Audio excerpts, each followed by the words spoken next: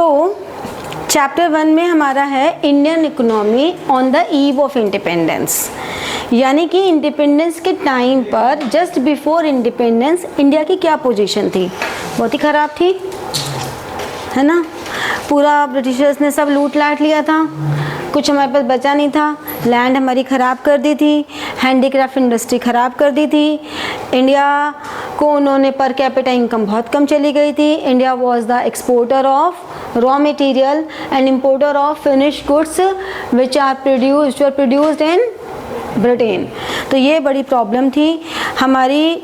फिर इंडिया में जो national income per capita income पहली बार जो कुछ लोगों ने एस्टिमेट किया वो थे Dada Bhai Nehru, William Digby, Findlay Shirras, VKRV Rao and RC Desai.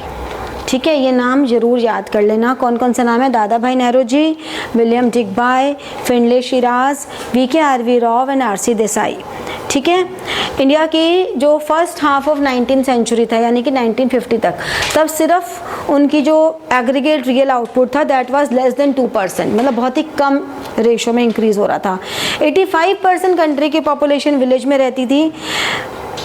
Agricultural state बहुत ही ख़राब थी, स्टेगनेंट थी, जमींदारी सिस्टम था, रॉन्ग रिवेन्यू सेटलमेंट सिस्टम था, मतलब रिवेन्यू ऐसा था कि इर्रिस्पेक्टिव ऑफ प्रोडक्शन वो रिवेन्यू कलेक्ट कर लेते थे और उनको अपना रिवेन्यू चाहिए होता था। और उस वजह से उनकी जो लैंड थी वो जब वो ज़मींदारों के पास रहती थी तो वो काफ़ी सारी पीढ़ियों तक उनके पास ही रह जाती थी। एग्रीकल्चरल का कमर्शलाइजेशन था, इरिगेशन फैसिलिटीज़ बिल्कुल भी अच्छी नहीं थी। फिर हमारे पास ड्रेनेज सिस्टम प्रॉपर नहीं थी, टेक्नोलॉजी बहुत पुअर थी और इन्वेस्टमेंट हमारा फ्लड कंट्रोल पे कोई भी नहीं था और बहुत ख़राब सिचुएशन में थी। हमारी पूरी फसल ख़राब हो जाती थी फ्लड आने से और कई बार एकदम ड्रॉट आ जाता था। तो मतलब क्लाइमेट कंडीशन इसीलिए ख़राब थी क्योंकि हमारा कोई इन्वेस्टमेंट ही नहीं था इन्वायरमेंट के ऊपर भी। फिर इंडस्ट्रियल सेक्टर में तो वही था कि इंडिजिनियस हैंडीक्राफ्ट इंडस्ट्री डिक्लाइन हो रही थी और हमारा जो 1850 में मॉडर्न इंडस्ट्री आई, उस मॉडर्न इंडस्ट्री में जब आए तो उसमें हमारा टिस्को भी आया, कॉटन टेक्सटाइल इंडस्ट्रीज़ भी हमारी इंपॉर्टेंट आई। महाराष्ट्र और गुजरात में कॉटन टेक्सटाइल इंडस्ट्रीज़ काफ़ी कॉन्सेंट्रेटेड थी, बंगाल में तो बहुत ही ज़्यादा कॉन्सेंट्रेटेड थी। टिस्को 20th सेंचुरी में आई आयरन एंड स्टील इंडस्ट्रीज़ में, इनको मॉडर्न इंडस्ट्रीज़ कहते हैं। फिर धीरे धीरे कैपिटल गुड्स इंडस्ट्रीज़ भी आई, लेकिन प्रॉब्लम ये थी कि ये सब इंडस्ट्रियल ग्रोथ हो तो रही थी लेकिन उससे भी इंडिया की ग्रोथ में बहुत ज़्यादा कंट्रोल नहीं था क्योंकि ये सारा का सारा कंट्रोल पब्लिक सेक्टर के पास था। और पब्लिक सेक्टर मतलब गवर्नमेंट, और उस समय की गवर्नमेंट कौन थी? ब्रिटिशर्स थे। फिर ब्रिटिशर्स ने क्या क्या किया? ब्रिटिशर्स ने रेलवे इंट्रोड्यूस कर दी। रेलवे इंट्रोड्यूस क्यों की? जिससे कि जो कंट्री साइड का मटेरियल है उसको वो दूसरी जगह पहुंचा सकें, और रेलवे तक आने के लिए, पोर्ट्स तक आने के लिए सामान लाना था कंट्री साइड से, तो रोड्स ट्रांसपोर्टेशन सिस्टम किया। फिर उसको प्रोसेस, वो बेसिक प्रोसेसिंग यहीं कर ले, इसके लिए पावर जनरेशन की, कम्युनिकेशन सिस्टम प्रमोट किया। इवन जो हमारा अभी स्कूल एजुकेशन सिस्टम चल रहा है ये भी ब्रिटिशर्स ने उस समय प्रमोट किया था। क्यों किया था? जिससे कि उनके अंडर में काम करने वाले क्लर्क बन सकें जो उनकी लैंग्वेज को समझ सके, इसलिए इंग्लिश मीडियम स्कूल्स आए। वो बैग तैयार करके ऐसे बैठा है कि यूं भागेगा, यूं छलांग मार के, ठीक है। तो इसलिए उन्होंने ये वाला स्कूलिंग सिस्टम इंट्रोड्यूस किया। अब ये सब जो उन्होंने किया था ये सब उन्होंने अपने बेनिफिट के लिए ही किया था।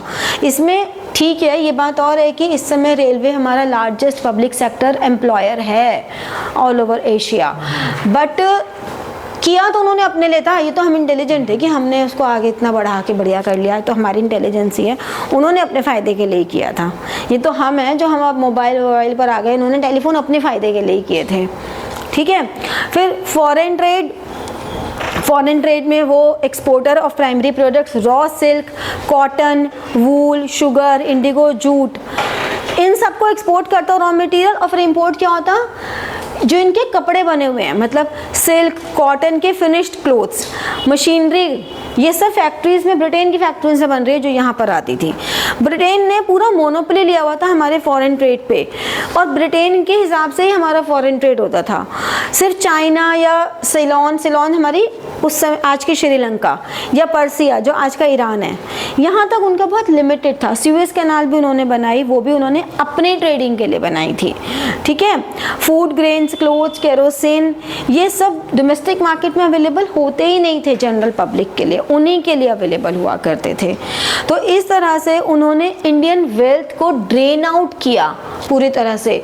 इवन जब सेकेंड वर्ल्ड वॉर हुई तो उसके सारे वॉर एक्सपेंसेस, एडमिनिस्ट्रेशन एक्सपेंसेस, ये सब इंडिया ने बेयर किए। तो इन्होंने इंडिया को खाली कर लिया, फिर उसके बाद उनको समझ में आ गया ओहो इनके पास तो कुछ है नहीं, तो बड़े दानवीर बन के देखो हम तुम्हें छोड़ के जा रहे हैं, बदतमीज कहेंगे।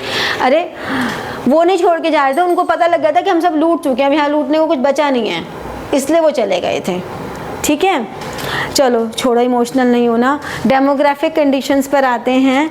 हमारा 1881 में फर्स्ट टाइम सेंसस हुआ था पॉपुलेशन के लिए, उसके बाद हर 10 साल बाद हुआ, जो कि अभी 2020 में नहीं हुआ था ड्यू टू कोविड, ठीक है। फिर 1921 हमारी first stage of demographic transition थी, मतलब उससे पहले हमारी पॉपुलेशन हमेशा बढ़ी है और 1921 के बाद भी बढ़ी है। 1921 वॉज द ईयर जब पॉपुलेशन डिक्लाइन हुई थी, इसीलिए हमारा जब अभी कोविड आया था तो हमने कहा था आफ्टर एवरी 100 ईयर्स। तब भी डिक्लाइन क्यों हुई थी? क्योंकि सीवियर मैसिव ड्रॉट आया था, पूरे गांव के गांव ख़त्म हो गए थे। तभी तो कोविड जब आया ये बात हो रही थी कि 100 साल बाद दोबारा ये महामारी आई है, ठीक है ना। तो 100 साल पहले भी इसी तरह का आया था। हमारा जो ओवरऑल लिटरेसी रेट था वो 16% से भी कम था, जिसमें फीमेल लिटरेसी रेट तो बहुत ही कम था, 7% तक। पब्लिक हेल्थ फैसिलिटीज़ थी ही नहीं बिल्कुल भी जनरल पब्लिक के लिए। मोर्टेलिटी रेट 218 पर 1000 था, जो कि आज की रेट में 33 है। मोर्टेलिटी रेट क्या होता है? ओवरऑल मोर्टेलिटी रेट, जो बच्चे हमारे जिनकी डेथ हो जाती है, ठीक है। लाइफ एक्सपेक्टेंसी हमारी बहुत कम थी, आज की डेट में 69 है, तब की 32 हुआ करती थी। ऑक्यूपेशनल स्ट्रक्चर की बात करें तो हमारा ऑक्यूपेशनल स्ट्रक्चर में प्राइमरी सेक्टर पे ही सारा काम हो रहा था। एग्रीकल्चरल सेक्टर यानी कि लार्जेस्ट शेयर ले रहा था 70 to 75%, जबकि मैन्युफैक्चरिंग सेक्टर 10% मुश्किल से, और सर्विस सेक्टर भी 15-20% ले रहा था। हमारे उस समय के जो मेजर सेक्टर थे एग्रीकल्चरल के, वो थे मद्रास प्रेसिडेंसी। अब ये आपको एमसीक्यू में पता होना चाहिए। मद्रास प्रेसिडेंसी में कौन कौन से स्टेट्स हैं आज के? तमिलनाडु, आंध्र प्रदेश, केरला, कर्नाटका एंड मुंबई एंड बंगाल, ये सारे मद्रास प्रेसिडेंसी में आते थे। फिर इनकी डिपेंडेंसी एग्रीकल्चरल से डिक्लाइन हो गई और मैन्युफैक्चरिंग और सर्विस सेक्टर में आ गई। और एग्रीकल्चरल में कौन थे जो बने रहे आज भी, मतलब काफ़ी टाइम तक? उड़ीसा, राजस्थान, पंजाब, ये एग्रीकल्चरल पे बेस थे। इंफ्रास्ट्रक्चर की बात मैंने आपको बता ही दिया है कि रोड्स उन्होंने इसीलिए बनाई थी कि उनकी आर्मी इधर से उधर जा सके। ब्रिटिशर्स ने रेलवे 1850 में इंट्रोड्यूस करी, टेलीग्राफ इंट्रोड्यूस किया, लेकिन सब कुछ अपने लिए किया था। सो नेवर राइट कि उन्होंने हमें दिया, हमेशा लिखोगे उन्होंने दिया अपने बेनिफिट के लिए, बाद में इंडिया ने उसका बेनिफिट कंटिन्यू कर लिया। कभी भी उनको फेवर नहीं लिखोगे, ये ध्यान रखना, ठीक है। समझ में आया? चैप्टर 2 हमारी बात करता है कि आफ्टर इंडिपेंडेंस 1950 टू 1990 यानी कि टिल इकोनॉमिक रिफॉर्म्स, उस दौरान इंडिया का क्या रहा। अब इंडिया तो सताया हुआ इंसान था ना, उस समय सताई हुई कंट्री थी ना, तो इंडिया ने क्या किया था? इंडिया ने हर चीज़ को प्रोटेक्शन पे रख लिया था। तो उन्होंने पूरा प्रोटेक्शन रखा।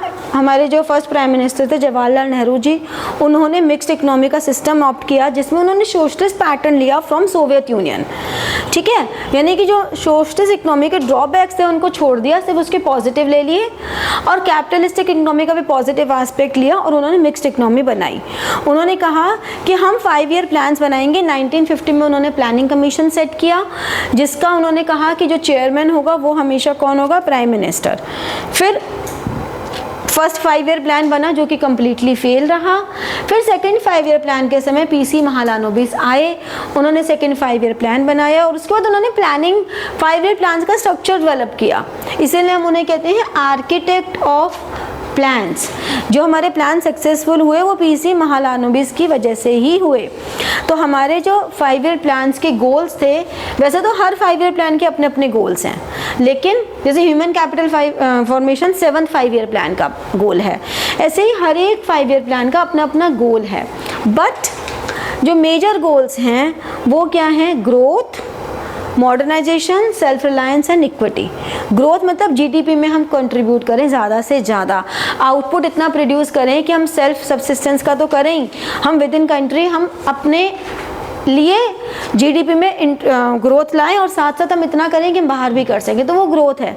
Modernisation is not the just adoption of new technology, बल्कि सोशल आउटकम में चेंज भी आना चाहिए, उसका सोशल आउटलुक भी चेंज होना चाहिए, यानी कि विमेन को जो हमारा है उनको इंक्लूड करना चाहिए सोशल डिसीजंस में, ये उनका है। सेल्फ रिलायंस का मतलब import substitution, inward looking strategy है ये। इक्विटी मतलब there should not be any discrimination on the basis of caste, colour and all these things. सबको उनकी बेसिक नीड्स, एक डिसेंट सा हाउस, एजुकेशन, हेल्थ, फूड मिलना ही चाहिए। तो at the time of independence तो इंडिया का सिस्टम बहुत ही ख़राब था। आफ्टर इंडिपेंडेंस उन्होंने क्या किया? उन्होंने कहा सबसे पहले तो लैंड रिफॉर्म्स लेकर आओ, इंटरमीडिएट्स हटाओ, जमींदारी सिस्टम हटाओ, जो टिलर्स ऑफ द लैंड है उन्हीं को ओनर बनाओ, जिससे कि वो काम कर सकें। तो लैंड रिफॉर्म सक्सेसफुल रहे केरला में और वेस्ट बंगाल में, ठीक है, सबसे ज़्यादा सक्सेसफुल रहे। फिर उन्होंने लैंड सीलिंग लगा दी। लैंड सीलिंग मतलब हर एक के पास इतनी ही लैंड रहेगी फिक्स, इससे ज़्यादा लैंड नहीं रहेगी। फिर वो ग्रीन रिवोल्यूशन लेकर आए, जिसका फर्स्ट फेज़ आया, जिसे हम कहते हैं टेक्निकल रिफॉर्म्स। इसका फर्स्ट फेज़ आया 60s to 70s में, जब 75% ऑफ कंट्री अभी भी हमारी एग्रीकल्चरल पर बेस्ड थी। तो उस केस में हमारी जो टेक्नोलॉजी बहुत पुरानी चल रही थी, हमारा जो लैंड डिग्रेडेशन हो रहा था, इरिगेशन फैसिलिटीज़ नहीं थी, टेक्नोलॉजी नहीं थी, इन सब को मद्देनज़र रखते हुए ग्रीन रिवोल्यूशन, जो कि HYV seeds, high yielding variety seeds पे आया, जो स्पेशली वीट और राइस पे जिसने काम किया, ठीक है। अब अगर हम बात करें तो फर्स्ट फेज़ में इसने वीट एंड राइस पे किया, और जो इसके रीजन थे पंजाब, आंध्र प्रदेश एंड तमिलनाडु, इन्होंने काम किया। सेकेंड फेज़ इनका आया, फिर फर्स्ट फेज़ में प्रॉब्लम्स आई क्योंकि पेस्ट अटैक आ रहे थे, बहुत कॉस्टली था, तो जो गरीब किसान था वो तो उसको अवेल ही नहीं कर पा रहा था। तो गवर्नमेंट ने फिर उस पर रिसर्च किया, डेवलपमेंट किया, सब्सिडीज़ प्रोवाइड की, और फिर अपने आप को फिर से रीफ्रेम करके सेकेंड फेज़ में लेकर आए 1970s से 80s में। अब उसमें जब वो लेकर आए तो उन्होंने almost all over the India वो सक्सेसफुल भी रहा और सारी क्रॉप्स पे भी रहा, तब वो सक्सेसफुल हो गया था। अब उसमें थोड़ी सी प्रॉब्लम्स आई थी कि जब सब्सिडीज़ उन्होंने दी तो इस पर क्वेश्चन अराइज हुआ कि भाई क्यों दे रहे हो सब्सिडीज़, क्योंकि वो कह रहे हैं सब्सिडीज़ देने से तो फर्टिलाइज़र इंडस्ट्री पे ज़्यादा बेनिफिट मिल रहा है और हमारे पैसों से सब्सिडीज़ होने जा रहे हैं, इक्वलिटी कैसे मेंटेन होगी। तो इस पर काफ़ी डिबेट आई, लेकिन उस डिबेट में फिर बात यही आई कि भाई ग्रोथ तो वो करेंगे ही ना, वो तो रिच फार्मर्स तो करेंगे ही ना अपोज, बट ये हुआ कि तरीके से जो टारगेट हमारे फार्मर्स उनको मिलनी चाहिए तो कोई दिक्कत नहीं है। तो ग्रीन रिवोल्यूशन ने फूड ग्रेन्स को इतना ज़्यादा कर दिया कि जहां हम यूनाइटेड स्टेट्स ऑफ अमेरिका पे डिपेंड थे फूड ग्रेन्स के लिए, वहाँ हमारे पास सरप्लस फूड होने लगा, हम बफर स्टॉक भी मेंटेन करने लग गए, हम एक्सपोर्ट भी करने लग गए, और हमारा जो जीडीपी है वो भी फूड ग्रेन की वजह से इंक्रीज होने लग गया। ये बात और है कि पॉपुलेशन इतनी ज़्यादा बढ़ रही थी कि फिर भी प्रॉब्लम्स तो आ ही रही थी, ठीक है। तो ये सब हमारा हुआ।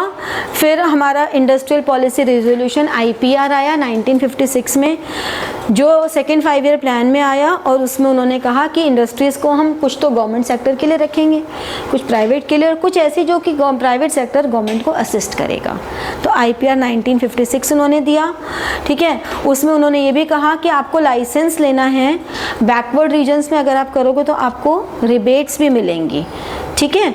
तो इस पॉलिसी का जो पर्पस था IPR का वो ये था कि हम एक तो जो इनइक्वालिटी है उसको रिड्यूस तो करें ही करें, माइग्रेशन भी थोड़ा कंट्रोल करें, हम रूरल एरियाज़ को ही डेवलप कर दें ना, जिससे कि माइग्रेशन हो ही ना। फिर स्मॉल स्केल इंडस्ट्रीज सेट हुई 1995 में, जो कार्वे कमेटी ने बनाई थी, जिसको हम कहते हैं village and small scale industries committee. इस कमेटी का ऑब्जेक्टिव था रूरल डेवलपमेंट, ठीक है। तो उसमें उन्होंने कहा कि 5 लाख तक की जहाँ पे एसेट्स की रिक्वायरमेंट होगी वो हम इस असेट्स यहाँ पे इंक्लूड करेंगे। आज की डेट में वो 1 करोड़ हो गई है, ठीक है।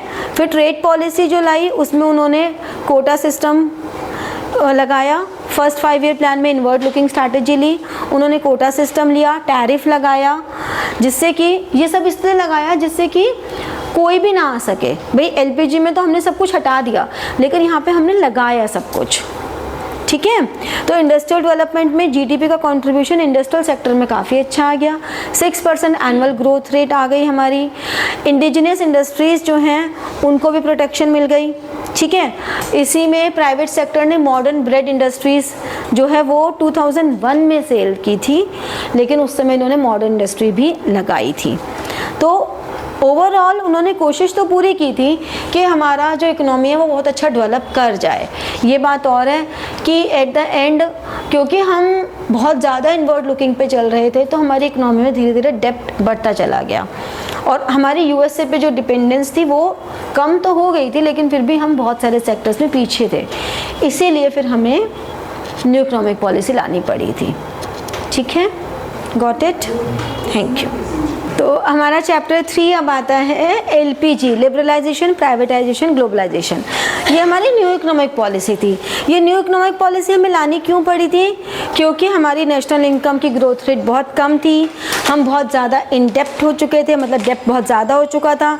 इंडिया का बहुत ज़्यादा गोल्ड इंग्लैंड के बैंक को सेल हो चुका था। फिस्कल डेफिसिट, जो कि गवर्नमेंट बजट में हमने पढ़ा है कि फिस्कल डेफिसिट मीन्स बोरोइंग्स, तो फिस्कल डेफिसिट बहुत ज़्यादा था, 7.5% से भी ज़्यादा। डेफिसिट फाइनेंसिंग बहुत ज़्यादा थी। तो जब हमने इतना सब कुछ परेशान होके IMF से, वर्ल्ड बैंक से लोन मांगा, तो वो लोन मांगने में उन्होंने हमने कहा कि भाई मिल जाएगा, लेकिन अपनी इकोनॉमी को ओपन अप करो, प्राइवेट सेक्टर से रिस्ट्रिक्शंस हटाओ, गवर्नमेंट सेक्टर का रोल थोड़ा कम करो, ट्रेड रिस्ट्रिक्शंस हटाओ। तो ठीक है, NEP ले आए 1991 में। NEP का यही हमने ऑब्जेक्टिव्स निकाले कि फिस्कल डेफिसिट कम करेंगे, पब्लिक सेक्टर का एरिया ऑफ ऑपरेशन हम कम करेंगे, प्राइवेट सेक्टर का रोल बढ़ा देंगे, फॉरेन कैपिटल को इनवाइट ज़्यादा करेंगे, टैरिफ ड्यूटीज़ कम कर देंगे। तो न्यू इकोनॉमिक पॉलिसी को हमने क्या नाम दे दिया? Economic reforms. अब ये इकोनॉमिक रिफॉर्म्स दो तरह से आए, एक आए डिमांड साइड से, एक आए सप्लाई साइड से। डिमांड साइड के रिफॉर्म्स को हमने कहा मैक्रो इकोनॉमिक स्टेबलाइजेशन। इनका जो मेन मकसद था वो था स्टेबलाइजेशन। स्टेबलाइजेशन मतलब इन्फ्लेशन कंट्रोल करेंगे, फिस्कल डेफिसिट कंट्रोल करेंगे और बैलेंस ऑफ पेमेंट की सिचुएशन जो खराब थी उसे ठीक करेंगे। सेकेंड आई सप्लाई साइड, जहाँ पे हमने स्ट्रक्चरल एडजस्टमेंट की। स्ट्रक्चरल एडजस्टमेंट मतलब हमने कहा ट्रेड एंड कैपिटल फ्लो करेंगे, इंडस्ट्रियल डीरेगुलेशन स्टार्ट कर देंगे, public sector reforms and disinvestment start कर देंगे, ठीक है ना, और फाइनेंशियल सेक्टर रिफॉर्म्स लाएंगे। तो बेसिकली ये सारे हमारे रिफॉर्म्स आए। ये हमारे दो तरह से स्ट्रक्चरल डेवलपमेंट हुई और मैक्रो इकोनॉमिक स्टेबलाइजेशन हुआ। मैक्रो इकोनॉमिक स्टेबलाइजेशन हमारा डिमांड साइड है। तो हमारे पास फर्स्ट आता है लिबरलाइजेशन। लिबरलाइजेशन का मतलब जो भी अननेसेसरी कंट्रोल है, रिस्ट्रिक्शंस हैं, लाइसेंस है, कोटा सिस्टम है जो गवर्नमेंट ने इम्पोज किया हुआ था, उन सबको हटा देना, ठीक है ना। तो इंपोर्ट लाइसेंस जैसे था, तो लाइसेंस ऑब्टेन करना है तो उसको हमने थोड़ा कम कर दिया, कोटा सिस्टम हमने हटा दिया, जो हमने स्मॉल सेक्टर के लिए रिजर्व की हुई थी वो हटा दी। तो हमने लिबरलाइजेशन का मेन ऑब्जेक्टिव क्या रहा? इंटरनल कॉम्पिटिटिवनेस को इंक्रीज करना, फॉरेन इन्वेस्टमेंट्स को रेज करना, टेक्नोलॉजी को अपग्रेड करना, अपनी कंट्री को डेप्ट फ्री बनाना, ठीक है, और डेवलप्ड कंट्रीज़ को मौका देना कि वो हमारे साथ ट्रेड करें और उनसे हम capital goods and machinery technology को इंपोर्ट करें। तो लिबरलाइजेशन मेजर्स में फर्स्ट लिबरलाइजेशन मेजर आया इंडस्ट्री सेक्टर रिफॉर्म्स। मतलब जितने भी आपके रिसोर्सेज हैं उनको फुली यूटिलाइज करो। गवर्नमेंट ने काफ़ी हद तक लिबरलाइज कर दिया लाइसेंस वगैरह, लेकिन कुछ जो लाइसेंस थे वो अपने पास ही रखे, जैसे कि लिकर, जो भी हमारे हजार्डियस थे ऐसे समझ लो, लिकर हो गया, टोबैको हो गया, इंडस्ट्रियल एक्सप्लोसिव्स हो गए, defence equipments, dangerous chemicals and drugs and pharmaceuticals. Government ने इसकी लाइसेंसिंग अपने पास रखी, इनको अपने पास रखा, बाकी सब उन्होंने दे दिया। पब्लिक सेक्टर को उन्होंने 17 से 3 पर ले आए, सिर्फ 3 सेक्टर्स को उन्होंने अपने पास रखा, बाकी 17 से बाकी सब प्राइवेटाइज कर दिए। डिफेंस हो गया, एटॉमिक एनर्जी हो गया, रेलवे हो गए, 3 उन्होंने अपने पास रखे, बाकी सब उन्होंने गिव अप कर दिए। स्मॉल स्केल सेक्टर में भी जो उन्होंने रिजर्वेशन रखा था स्मॉल स्केल सेक्टर को बढ़ाने के लिए, उसको भी उन्होंने डी रिजर्व कर दिया, ठीक है। फिर फाइनेंशियल सेक्टर लेकर आए। फाइनेंशियल सेक्टर रिफॉर्म्स में आरबीआई को रेगुलेटर से फैसिलिटेटर बना दिया और सीआरआर जो हमारी कैश रिजर्व रेशो है, statutory liquid ratio, bank rate, इन सबको कम किया। फॉरेन इंस्टीट्यूशनल इन्वेस्टर्स को प्रमोट किया। सेबी को एज अ स्टैट्यूटरी बॉडी लेकर आए जिससे कि वो सिक्योरिटीज मार्केट पे कंट्रोल कर ले। टैक्स रिफॉर्म्स आए, डायरेक्ट टैक्स इनडायरेक्ट टैक्स दोनों को उन्होंने कम किया और इस तरह का टैक्सेशन सिस्टम बनाया जिससे कि इवेजन ऑफ टैक्स कम हो। फिर फॉरेन एक्सचेंज रिफॉर्म्स लेकर आए। फॉरेन एक्सचेंज रिफॉर्म्स में उन्होंने कहा कि फॉरेन इन्वेस्टमेंट 51% फॉरेन इक्विटी अब इन्वेस्ट हो सकती है। 1 करोड़ तक की टेक्नोलॉजी को इंपोर्ट करने के लिए परमिशन की ज़रूरत नहीं है। रुपये को डी वैल्यू किया उन्होंने डेलिबरेटली। फिर ट्रेड पॉलिसी रिफॉर्म्स में उन्होंने इंपोर्ट लाइसेंसिंग सिस्टम को हटा दिया। सिर्फ जो हजार्डियस और एनवायरमेंटल सेंसिटिव इंडस्ट्रीज थी उनको उन्होंने रखा अपने पास। क्वांटिटेटिव रिस्ट्रिक्शंस हटा दी, टैरिफ रेट कम कर दिए, यानी कि उन्होंने कहा कि survival of fittest replaces the policy of protection. ठीक है। फिर प्राइवेटाइजेशन आया। प्राइवेटाइजेशन में उन्होंने कहा कि हम जो भी गवर्नमेंट सेक्टर है उसको उन्होंने पब्लिक ने डिसइन्वेस्ट कर दिया, सेल कर दिया। कुछ उन्होंने सेल किया, कुछ उन्होंने पार्टनरशिप में किया। तो एक तो उन्होंने कहा कि प्राइवेटाइजेशन की जो ऑब्जेक्टिव है, उन्होंने कहा एक तो improvement of government financial composition. अब इम्प्रूविंग गवर्नमेंट फाइनेंशियल कंपोजिशन कैसे होगा?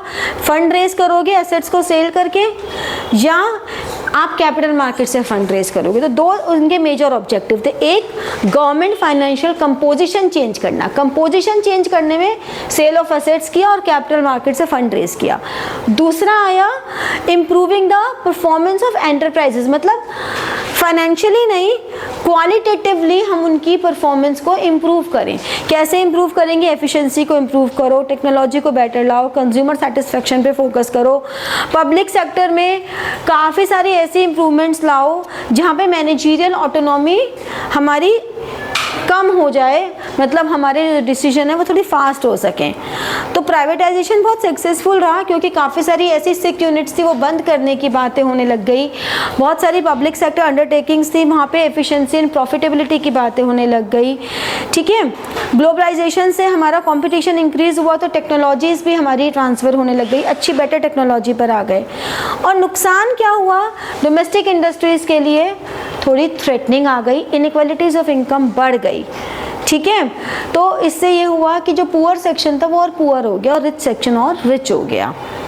तो प्राइवेटाइजेशन हमारी डिसइन्वेस्टमेंट के थ्रू आई। डिसइन्वेस्टमेंट में भी माइनॉरिटी सेल भी आई, स्ट्रैटेजिक सेल भी आई। माइनॉरिटी सेल में उन्होंने क्या कहा? जनरल पब्लिक को ऑफर किया, जबकि स्ट्रैटेजिक सेल में उन्होंने कहा 51%। और पॉलिसी ऑफ नवरत्नाज आई, Navratnas and mini Ratnas introduce किए। फिर ग्लोबलाइजेशन में उन्होंने कहा कि जितनी भी दूसरी कंट्रीज हैं उनके साथ ट्रेड करना, यानी कि free flow of goods, services, capital, investment, tourism, free flow of technology, everything is now free flow. उस पर भी रेस्ट्रिक्शंस हटा दी। तो उससे क्या हुआ? New technology I, new method of production आए, ट्रेडिंग पैटर्न्स, एम्प्लॉयमेंट पैटर्न, ये सब हमारे चेंज हुए। क्वालिटी इंप्रूव हुई, पॉवर्टी रिड्यूस हुई, एम्प्लॉयमेंट पैटर्न चेंज हुआ। बट नुकसान क्या हुआ? लोकल प्रोड्यूसर्स उनके लिए आ गया और इस वजह से काफ़ी स्ट्राइक्स भी होने लग गई। फिर स्मॉल बिजनेस पे एडवर्स इफेक्ट आ गया क्योंकि स्मॉल बिजनेस उनको compete नहीं कर पाए और उससे फिर अगेन प्रॉब्लम हुई इनइक्वालिटी की। अब उसको ठीक करने के लिए आउटसोर्सिंग की बात आई कि इंडिया में स्किल लेबर इतनी ज़्यादा थी, पॉपुलेशन इतनी ज़्यादा थी कि आउटसोर्स के लिए डेवलप्ड कंट्रीज़ के लिए फेवरेट डेस्टिनेशन हो गया। बट धीरे धीरे क्या हुआ? वो फेवरेट डेस्टिनेशन में उनको लगा अरे हमारे तो ऑफिशियल रिजर्व्स भी जा रहे हैं, हमारे तो इकोनॉमी के सीक्रेट्स भी जा रहे हैं, हमारी तो पॉलिसीज़ भी जा रही हैं क्योंकि हम तो बहुत स्मार्ट हैं, हमने उनके यहाँ आउटसोर्स का काम किया, उनके काम सीखे और फिर हमने अपने यहाँ पे काम करना शुरू कर दिया, हम तो उस्ताद हैं। तो अब उनकी तो सब चीज़ें हमारे पास आ गई, उनके सीक्रेट्स भी आ गए, उनकी टॉप पोजीशन पे इंडियंस पहुँचने लग गए क्योंकि हम तो इंटेलिजेंट हैं। तो अब वो नहीं चाहते कि वो हमें आउटसोर्स करे, धीरे धीरे वो बैक करने लग गए हैं। ठीक है, ये प्रॉब्लम आई। फिर इसके बाद इस चैप्टर में आपको IMF के बारे में इसका पूरा आपको वो करना है कि IMF 1944 में आया, फिर 47 में उसने काम करना शुरू किया। उसके ऑब्जेक्टिव क्या है? International monetary cooperation, international liquidity, multilateral trade और ये सब। वर्ल्ड बैंक जो कि international bank for reconstruction and development है, इसका बेनिफिट क्या हुआ कि इसने वर्ल्ड बैंक ने काफ़ी वर्ल्ड वॉर 2 की रिकंस्ट्रक्शन में काफ़ी हेल्प की, इसीलिए इसको हम IBRD बोलते हैं। तो इसके ऑब्जेक्टिव एनवायरनमेंट को प्रोटेक्ट करना, हेल्थ एजुकेशनल प्रोग्राम्स को करना, सोशल डेवलपमेंट ये सब करना। WTO it is a replacement of GATT को रिप्लेस करके WTO बना था और WTO हमारा 1995 में ऑपरेशन में आया था। ठीक है, बस इसके बाद हमारे पास आता है कि ये जो पॉलिसी थी LPG की, ये पॉलिसी कितनी सक्सेसफुल रही। GDP इंक्रीज़ हुई, फॉरेन रिजर्व इंक्रीज़ हुआ, इन्फ्लेशन कंट्रोल हुआ, फॉरेन कैपिटल इंक्रीज़ हुई, वर्ल्ड इकोनॉमी के साथ हम इंटीग्रेट हो गए, कॉम्पिटिटिवनेस बढ़ी, ये सब तो प्लस हैं अगर क्रिटिकल एनालिसिस लिखने को आए। दिक्कत है एग्रीकल्चरल को आपने इंपॉर्टेंस नहीं दी, एम्प्लॉयमेंट पैटर्न चेंज होने से एक्सेप्टेबिलिटी में प्रॉब्लम आई, फिजिकल इंफ्रास्ट्रक्चर हमारा उतना स्ट्रॉन्ग नहीं था कि हम उस टेक्नोलॉजी को अडॉप्ट कर सकें। जैसे कंप्यूटर सिस्टम तो लग गए लेकिन इतने एसी से नहीं थे कि वो कंप्यूटर सिस्टम गर्म होकर ख़राब हो जाते थे, तो ये प्रॉब्लम थी। तो हमारी इकोनॉमिक जो इंडस्ट्रियल ग्रोथ थी वो काफ़ी स्लो डाउन हो गई थी। उन्होंने टैक्स का रेट और टैक्स का सिस्टम तो कम कर दिया टैक्स इवेजन के लिए, लेकिन टैक्स इवेजन उतना ही रहा और रेट कम करने से टैक्स कलेक्शन और उल्टा कम हो गई, ये भी एक प्रॉब्लम आई। ठीक है, तो ये सब नेगेटिव इम्पैक्ट्स रहे LPG के। ठीक है, चलो धन्यवाद। चलो next is human capital formation. Human capital कौन होते हैं? ह्यूमन कैपिटल जो भी हमारे ह्यूमन बीइंग्स हैं, जब उनके पास कोई स्किल होती है, कुछ उनकी जो स्किल है वो उनकी लाइफ में कंट्रीब्यूट करती है, तो वो हमारी ह्यूमन कैपिटल फॉर्मेशन है। ठीक है ना, तो ह्यूमन कैपिटल फॉर्मेशन कैसे होती है? एजुकेशन से।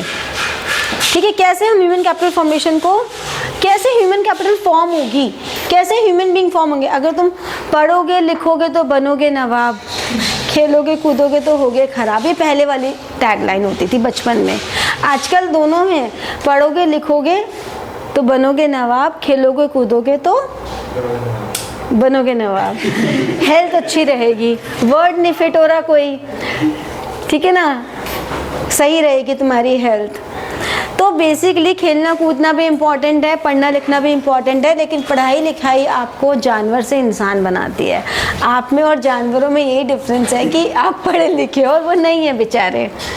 तो इसीलिए आपसे एम्पैथी सिंपैथी जैसी बातों की उम्मीदें की जाती हैं, जानवरों से नहीं की जाती हैं।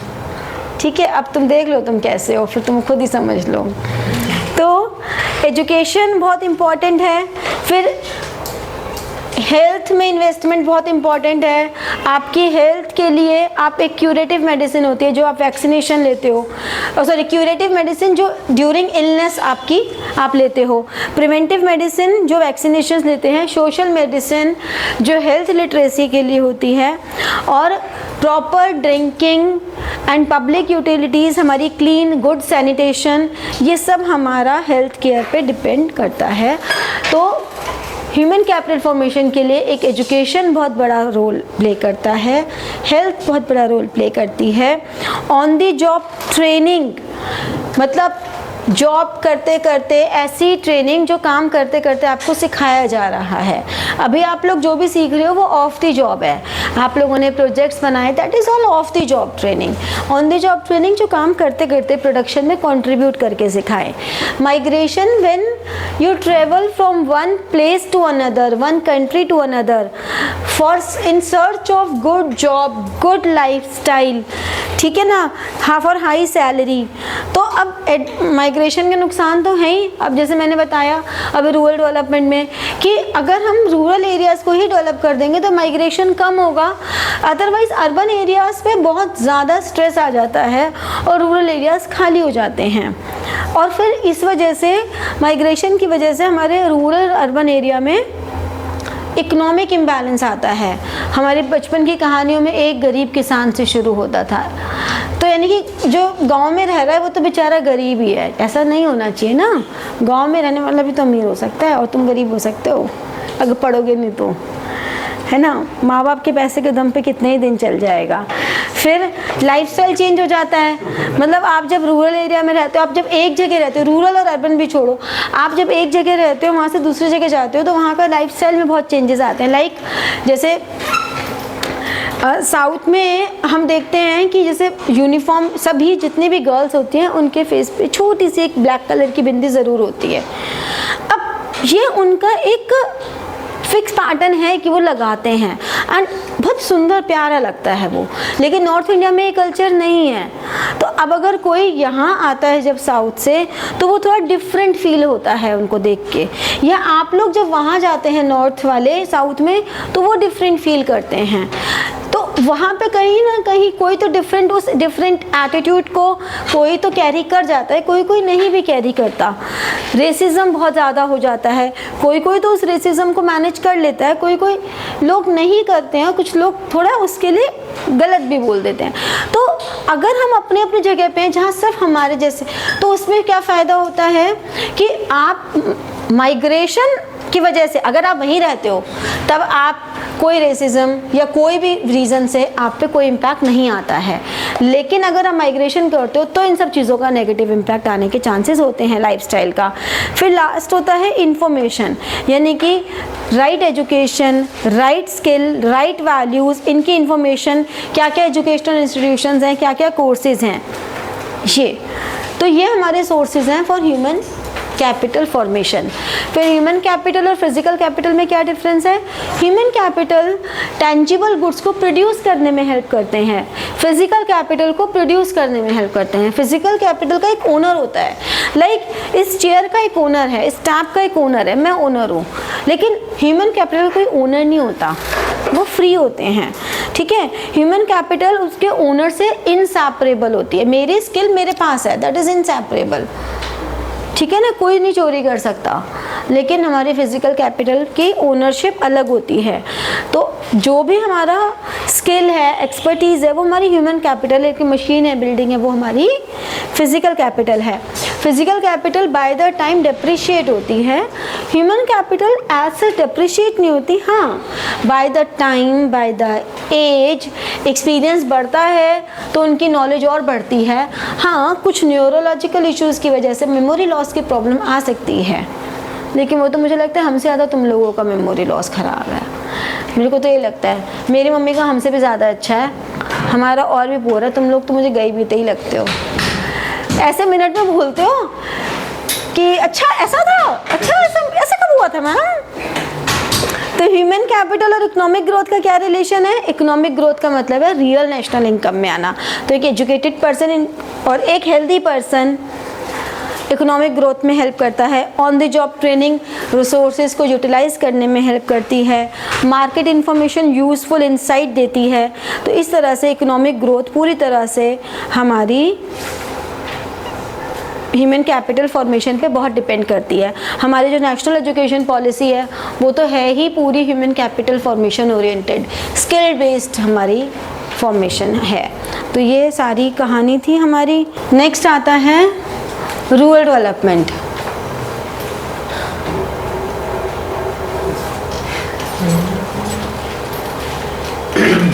नेक्स्ट आता है रूरल डेवलपमेंट। रूरल डेवलपमेंट हमने अभी तक तो पढ़ ही लिया, इतने तो हमने बातें कर ही ली हैं कि इंडिया जो है वो एग्रीकल्चरल बेस्ड है, मोर देन 70% यहाँ पर रूरल एरियाज़ में रहते हैं।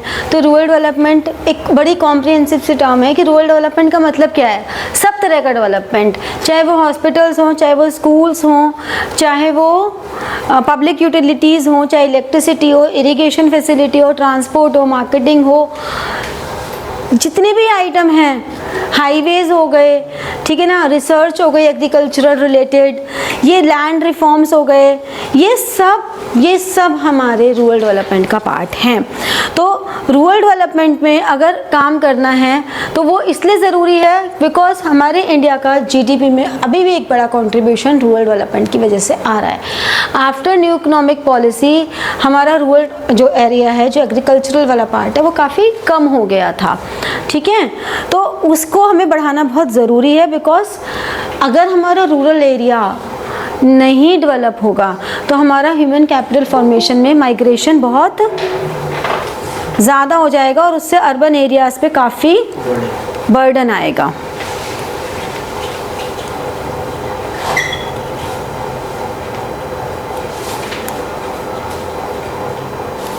ज्वाइन क्यों नहीं हो रही है?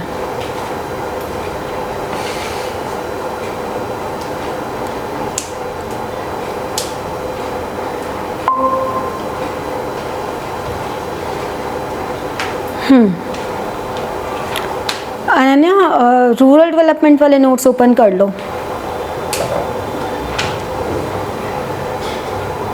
ठीक है।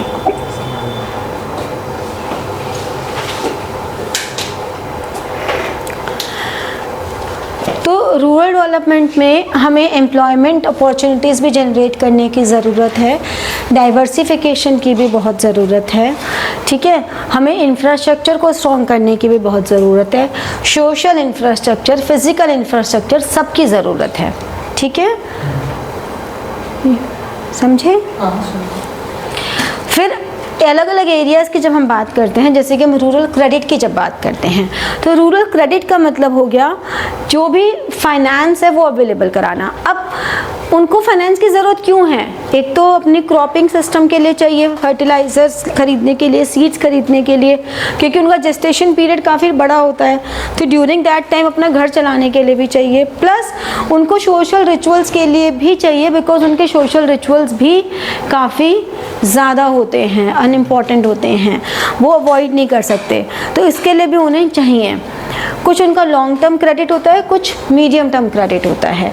तो लॉन्ग टर्म क्रेडिट जो जनरली 5 to 20 ईयर्स तक का होता है, जो जनरली 1 to 3 ईयर्स का है, वो मीडियम टर्म है। तो लॉन्ग टर्म उन्हें क्यों चाहिए? लैंड परचेज करने के लिए, ट्रैक्टर परचेज करने के लिए, कोई भी हैवी इक्विपमेंट्स के लिए उन्हें लॉन्ग टर्म क्रेडिट चाहिए। शॉर्ट मीडियम टर्म उन्हें क्यों चाहिए? जैसे कि छोटे छोटे मशीनरीज खरीदना है या कुआं खोदना है, इन सब के लिए चाहिए।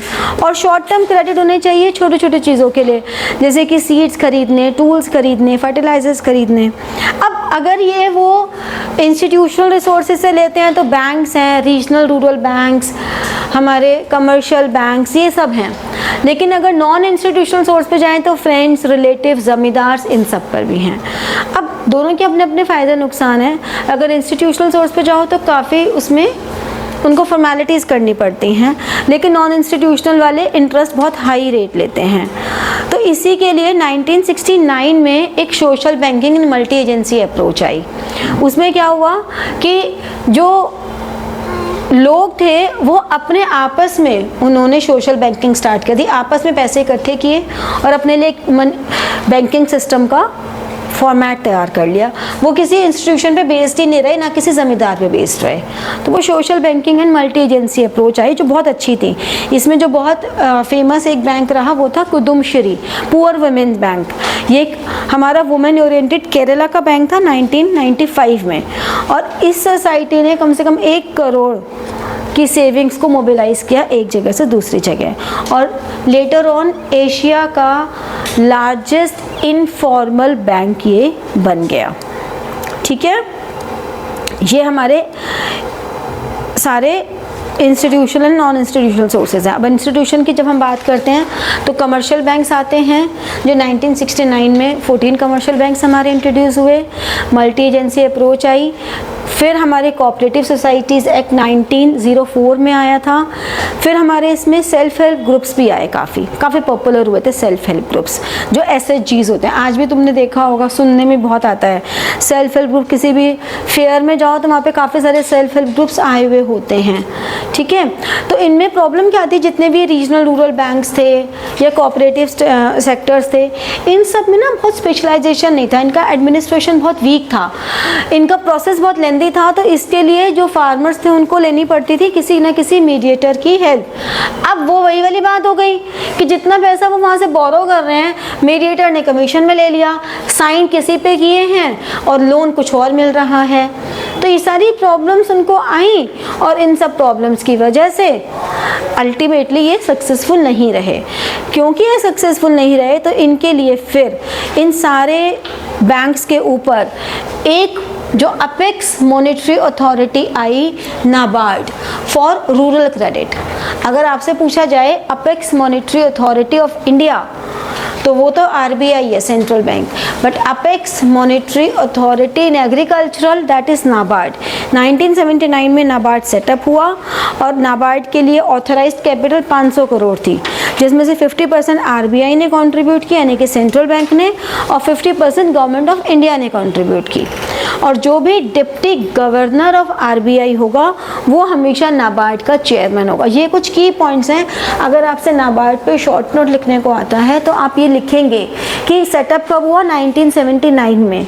फिर उसके बाद कमेटी सेटअप हुई थी, उस कमेटी ने अपनी रिपोर्ट सबमिट की 1981 में।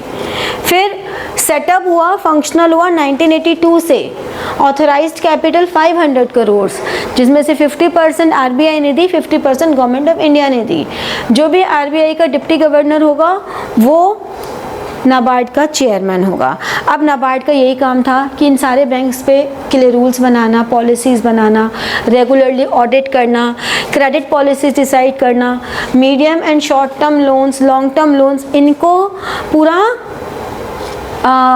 इन बैंक्स को प्रोवाइड करना, फिर मॉनिटर करना है कि वो सही हाथों में जा रहे कि नहीं जा रहे। कभी भी ये नहीं कह सकते कि नाबार्ड का काम लोन्स प्रोवाइड करना है to public. No, NABARD does not provide loans to public. ठीक है, नाबार्ड अपने फार्मर्स की जिनकी भी हेल्प करती है वो इन इंस्टीट्यूशंस के थ्रू करती है। ठीक है, तो ये जितने भी बैंक्स थे इन्होंने काम तो किया, ऑल्दो इनका प्रोसेस इतना लेंदी था कि उस वजह से बहुत ज़्यादा बेनिफिट नहीं हुआ, बट नाबार्ड के आने के बाद बेनिफिट हुआ, ये हमारा रहा। फिर मार्केटिंग सिस्टम आया, एग्रीकल्चरल मार्केटिंग। जब हम एग्रीकल्चरल मार्केटिंग की बात करते हैं तो मार्केटिंग की डेफिनेशन बहुत इंपॉर्टेंट है, रट लो इसे। कैसे? It involves assembling, storage, processing. Sequence में ना भी हो तो आगे पीछे लिख दो, लेकिन लिखना सब। क्या क्या? Assembling, storage, processing, transportation, packaging, trading and distribution of agricultural commodities across the country. ठीक है, तो हमारा मेनली ऑलमोस्ट टोटल प्रोडक्शन की 10% तो यूं ही वेस्ट हो जाती थी क्योंकि स्टोरेज फैसिलिटी नहीं थी। तो जो ये एग्रीकल्चरल मार्केटिंग सिस्टम आया, तो इस एग्रीकल्चरल मार्केटिंग सिस्टम ने पहला स्टेप तो ये लिया कि एक तो ट्रांसपोर्टेशन को उन्होंने ऑर्गेनाइज किया कि 10 किसान हैं, 10 के 10 नहीं जाएंगे मार्केट, एक वहाँ पे एजेंसी होगी वो 10 का लेके जाएगी। तो एक तो हमारी जो ट्रांसपोर्टेशन कॉस्ट थी वो कम हो गई, 10 लोग जाएँ और उसकी जगह एक जाए, ट्रांसपोर्टेशन कॉस्ट कम हो गई। पीरियोडिक मार्केट्स लगाने लग गए, फिजिकल इंफ्रास्ट्रक्चर को स्ट्रॉन्ग किया, रोड्स, रेलवेज, वेयर हाउसेज, इनको स्टॉक किया, कोल्ड स्टोरेज, जिससे कि हमारा जो स्टॉक है वो पूरे 12 महीने रहे और हमारी प्राइस स्टेबिलिटी बनी रहे। ठीक है ना, तो इसके लिए ये सारा आया। एग्रीकल्चरल मार्केटिंग में थोड़ी सी प्रॉब्लम्स आई थी क्योंकि वही वाली बात है ना, इतने किसान हैं, उसके लिए इतना सारा करना भी मुश्किल है, तो थोड़ी प्रॉब्लम आई थी कि वो जो मार्केटिंग के लोग हैं, जो एजेंसी सेट की और जो फार्मर्स हैं, उनके बीच में भी मीडिएटर्स आ गए, तो वो एक बहुत बड़ी प्रॉब्लम आई थी।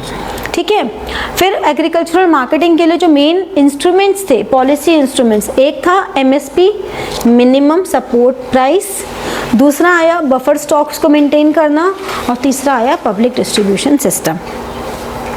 हमारे पास जो मेजर मार्केटिंग चैनल्स हैं वो आपको लर्न होने चाहिए।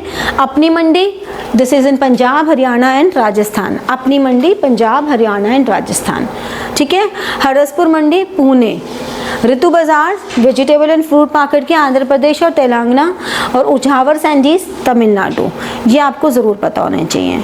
फिर डाइवर्सिफिकेशन जब हो रहा है तो डाइवर्सिफिकेशन में दो तरह से डाइवर्सिफिकेशन है। एक तो क्रॉपिंग पैटर्न को चेंज कर लो, और दूसरा जो नॉन एग्रीकल्चरल एक्टिविटीज़ हैं या जो एलीट सर्विसेज हैं एग्रीकल्चरल एक्टिविटीज़ में भी, उनमें शिफ्ट हो जाओ। जैसे कि हॉर्टिकल्चर हो गया, फिशरीज़ हो गया, और हॉर्टिकल्चर, फिशरीज़, डेयरी फार्म्स, ठीक है ना, पोल्ट्री फार्म्स, ये सारे हमारे आ गए। तो इसका फ़ायदा क्या हुआ कि एक तो डिस्गाइज्ड अनएम्प्लॉयमेंट ठीक हो गई, फिर सस्टेनेबल डेवलपमेंट भी आई, लाइवलीहुड के लिए सेकंड ऑप्शन मिल गई। ठीक है, तो ये सारी हमारी आई। फिर एनिमल हस्बेंड्री की अगर हम बात करें तो उसमें नहीं है, अच्छा मेरे पास है, मैं दे दूँगी ये वाली PDF। एनिमल हस्बेंड्री की बात करें तो एनिमल हस्बेंड्री में हमारे पास पोल्ट्री फार्म्स हैं जो 61% शेयर ले रहे हैं। हमारे पास कैमल, एसेस, हॉर्सेस, पोनीज, मस्क ये बहुत कम रेशो में हैं। इंडिया के पास अबाउट 303 मिलियन केटल है, जिसमें से 110 मिलियन बफेलोज हैं। मिल्क प्रोडक्शन जो ऑपरेशन फ्लड के नाम से आया वो 12 टाइम्स हो गया। 1951 में जितना हमारा मिल्क प्रोडक्शन था 2021 में 12 टाइम्स हो गया ऑपरेशन फ्लड की वजह से, ठीक है। और ऑपरेशन फ्लड का सबसे ज़्यादा बेनिफिट कहाँ मिला? गुजरात, मध्य प्रदेश, उत्तर प्रदेश, आंध्र प्रदेश, इन सबको। फिर फिशरीज़ आई। फिशरीज़ को हम कहते हैं एज इसका वाटर बॉडी एज मदर और प्रोवाइडर, ठीक है। तो वाटर बॉडीज़ में seas, oceans, rivers, lakes, pond, streams ये सब आते हैं। Total fish production total GDP का 0.9% है। वेस्ट बंगाल, आंध्र प्रदेश, केरला, गुजरात, महाराष्ट्र एंड तमिलनाडु ये मेजर स्टेट्स हैं जो फिशरीज़ पे फोकस कर रहे हैं, ठीक है। फिर हॉर्टिकल्चर रिलेट होता है fruit, vegetable and tuber crops से। ट्यूबर क्रॉप्स क्या होते हैं? जो अंडरग्राउंड क्रॉप्स होते हैं, ठीक है। फ्लावर्स, मेडिसिनल प्लांट जैसे तुलसी का पौधा है। फूड एंड न्यूट्रिशन देते हैं। टोटल एग्रीकल्चरल का 1/3 हम इन्हीं से कंट्रीब्यूट करते हैं और टोटल जीडीपी में एग्रीकल्चरल 6% कंट्रीब्यूशन दे रहा है सिर्फ। इंडिया वर्ल्ड लीडर है, किसका है? Mangoes, bananas, coconut, cashew nuts, ठीक है। अभी जो सबसे बड़ी प्रॉब्लम्स हैं, चैलेंजेस हैं, वो ये हैं कि क्रेडिट फैसिलिटीज़ नहीं है, इंफ्रास्ट्रक्चर नहीं है, स्टोरेज सिस्टम नहीं है, ठीक है। ये इसमें प्रॉब्लम्स आ रही हैं। फिर ऑर्गेनिक फार्मिंग, हम सबको पता है कि ऑर्गेनिक फार्मिंग जो हमारी केमिकल फ्री होती है। तो ऑर्गेनिक फार्मिंग और सस्टेनेबल डेवलपमेंट कैसे इंपॉर्टेंट है? क्योंकि ऑर्गेनिक फार्मिंग हमारे रिसोर्सेज को वेस्ट नहीं कर रही है, तो ऑर्गेनिक फार्मिंग से हम सस्टेनेबल डेवलपमेंट को प्रमोट कर रहे हैं। बेनिफिट तो है ही, सोइल फर्टिलिटी इंप्रूव हो रही है, इनकम जनरेशन का सोर्स है, स्मॉल लेवल पे भी कर सकते हो, न्यूट्रिशंस काफ़ी ज़्यादा हैं और लेबर इंटेंसिव है। और नुकसान क्या है? इंफ्रास्ट्रक्चर इनएडिक्वेट है, कॉस्टली हैं, शेल्फ लाइफ कम है, सीज़न पे डिपेंड करते हैं, ये सारी इसकी प्रॉब्लम्स हैं। तो इस तरह से तुम्हारा रूरल डेवलपमेंट यहाँ पे समाप्त हुआ। Next, employment. एम्प्लॉयमेंट क्या होता है? काम करना पैसों के लिए, ठीक है ना। तो पैसों के लिए काम करना, तो जो कोई भी पैसों के लिए काम करता है लीगल, इलीगल नहीं, लीगल, उसे हम कहते हैं वर्कर। जो जीडीपी में कंट्रीब्यूट हो, illegal activities are not included.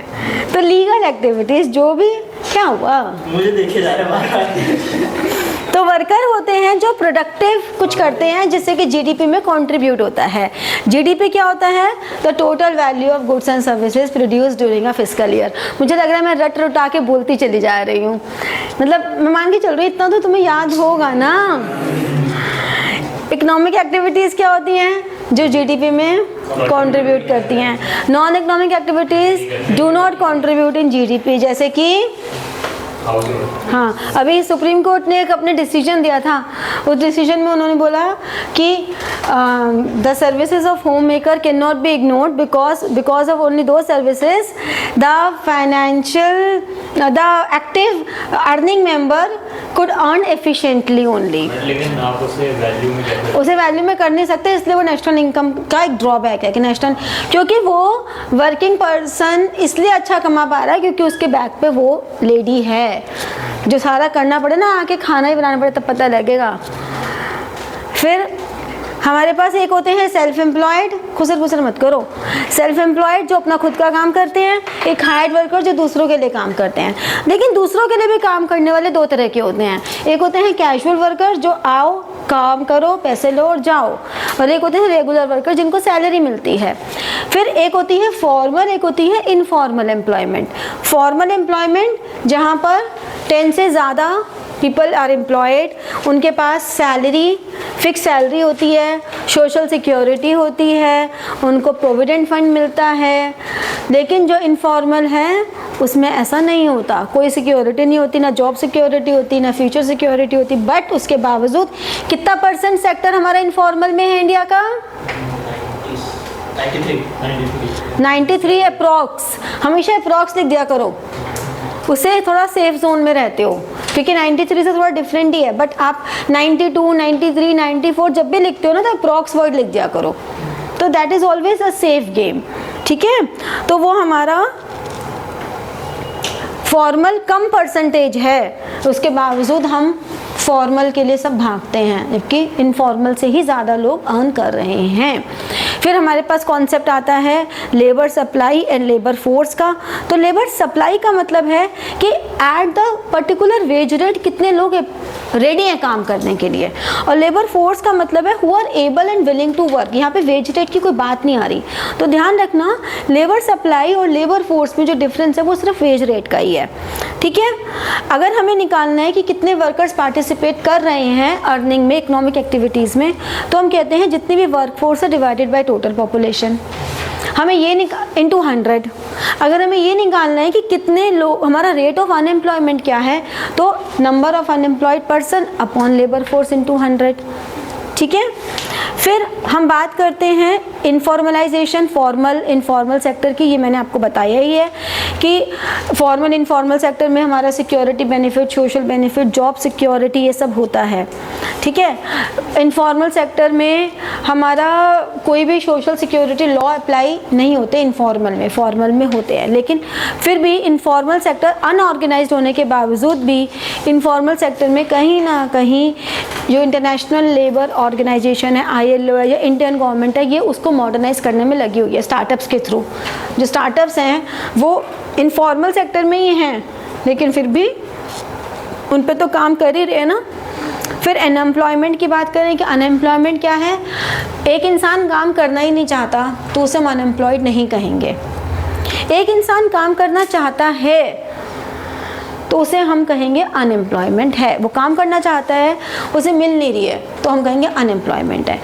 Open unemployment. फिर एक होती है फ्रिक्शनल अनएम्प्लॉयमेंट। फ्रिक्शनल क्या होती है? जो टेम्परेरी है, मतलब आपने एक जॉब स्विच की, दूसरी जॉब पर आए, एक जॉब आपकी आज खत्म हुई, 1 महीने बाद आप दूसरी जॉब ज्वाइन करेंगे, तो उस 1 महीने के लिए आप अनएम्प्लॉयड हो। तो वो बहुत ऐसा अनएम्प्लॉयमेंट नहीं है जिसके लिए बहुत ज़्यादा टेंशन ली जाए, that is called frictional unemployment. फिर जब हमारी इंडस्ट्री में प्राइमरी, सेकेंडरी, टर्शरी सेक्टर का कंपोजिशन चेंज होता है और उस वजह से हमारे किसी प्रोडक्ट की डिमांड कम होती है, एम्प्लॉयमेंट अपॉर्चुनिटीज़ में चेंजेस आते हैं। जैसे कि जब IT सेक्टर डेवलप हुआ था तो कुछ जो नॉन IT पर्सन थे उनके लिए अनएम्प्लॉयमेंट हुई, लेकिन बाद में वो ठीक हो गई। या अभी जैसे इतना हल्ला मच रहा है AI का कि AI जॉब्स खा जाएगा, AI जॉब्स खा जाएगा। अरे एक बात बताओ, अब तो सब AI यूज़ कर रहे हो ना, कैसे जॉब खा जाएगा? मुझे AI पे प्रॉम्प्ट्स देने नहीं आते हैं, मुझे एक ऐसा चाहिए इंसान जो मेरे काम के लिए AI पे प्रॉम्प्ट्स दे, तो वो भी तो एक जॉब हो जाएगी ना। कि भाई तुम बहुत स्किल्ड हो, तुमको AI के प्रॉम्प्ट्स देने बड़े अच्छे आते हैं, तुम रिजल्ट्स निकाल लेते हो फटाफट से, मैं तो नहीं निकाल पाती।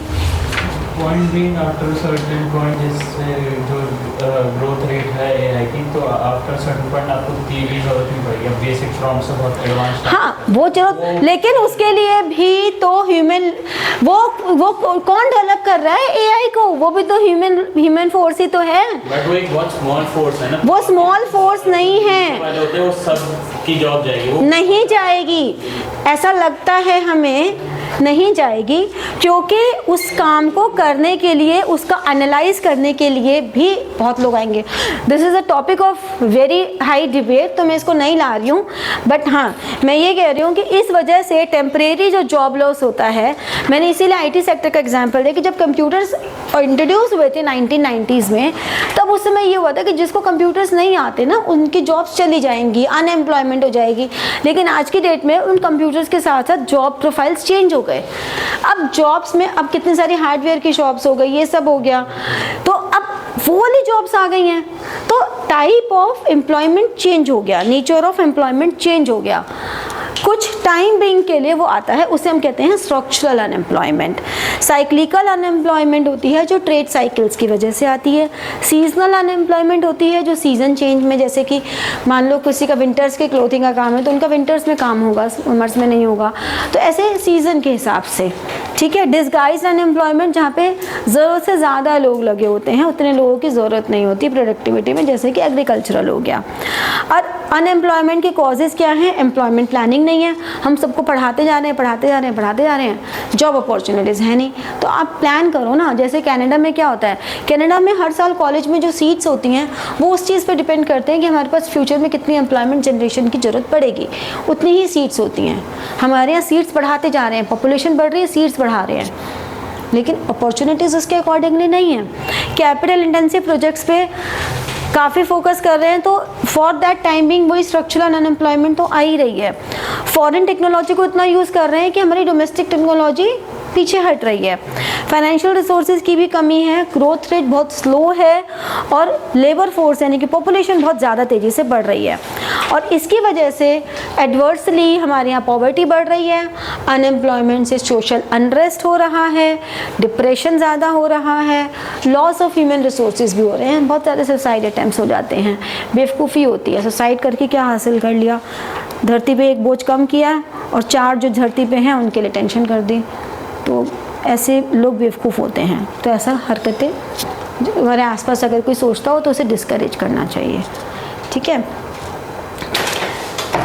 अब अनएम्प्लॉयमेंट के प्रॉब्लम को सॉल्व करने के लिए 2 तरीके हैं, एक है जनरल मेजर्स, एक है स्पेशल मेजर्स। जनरल मेजर्स क्या हैं हमारे?